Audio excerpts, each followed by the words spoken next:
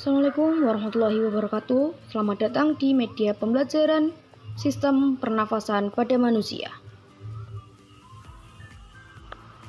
Salah satu ciri makhluk hidup adalah bernafas. Bernafas adalah sebuah proses menghirup oksigen dan melepaskan karbon dioksida.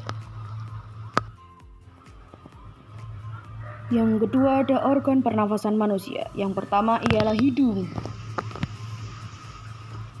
Hidung adalah tonjolan yang berada tepat di tengah wajah dan berfungsi sebagai organ pernafasan, indera penciuman, bahkan indera pengecap.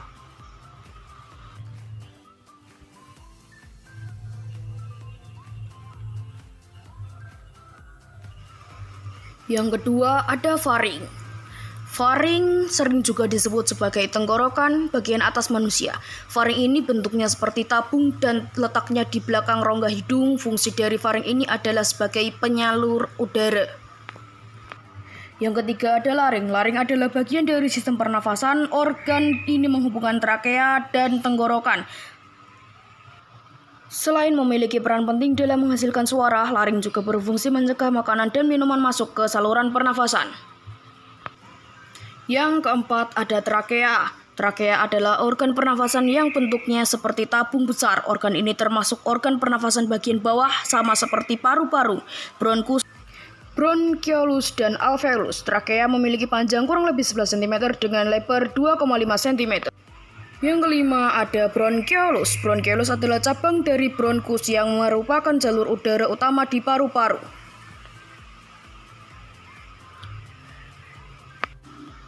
Yang keenam ada bronkus.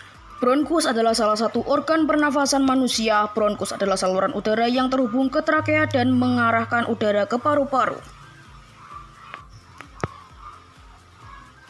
Yang terakhir, paru-paru. Paru-paru merupakan organ vital bagi sistem pernafasan manusia. Fungsi paru-paru yang paling utama yaitu sebagai tempat pertukaran oksigen dan karbon dioksida.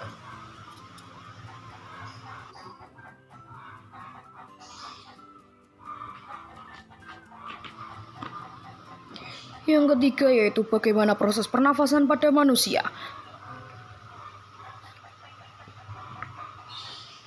Proses pernafasan manusia terdiri dari mengambil udara, inspirasi, dan mengeluarkan udara, ekspirasi.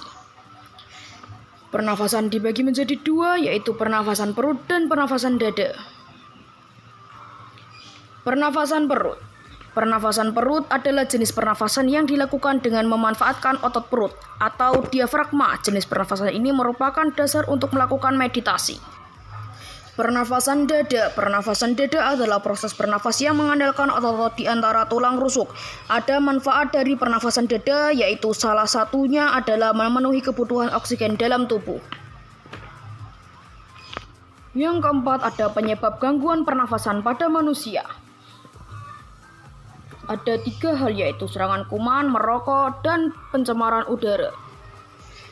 ISPA atau Respiratory Tract Infection adalah infeksi yang menyerang saluran pernafasan. Infeksi ini disebabkan oleh bakteri atau virus.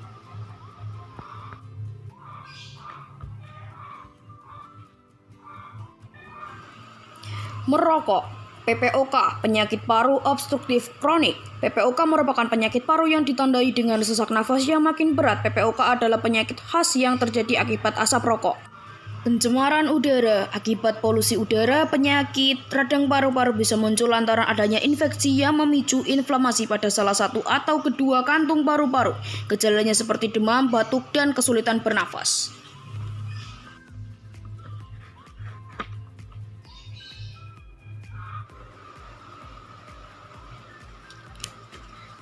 Yang kelima ada gangguan atau penyakit pada sistem pernafasan. Ada influenza, emfisema, kanker paru-paru, tuberkulosis, asma, bronkitis, dan lain sebagainya.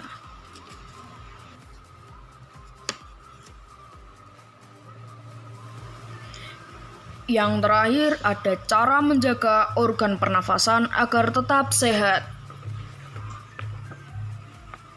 Yang pertama yaitu menghirup udara yang bersih. Udara bersih ini memasuk sistem kekebalan dengan oksigen yang dibutuhkan untuk membunuh dan menghancurkan bakteri, virus, dan kuman.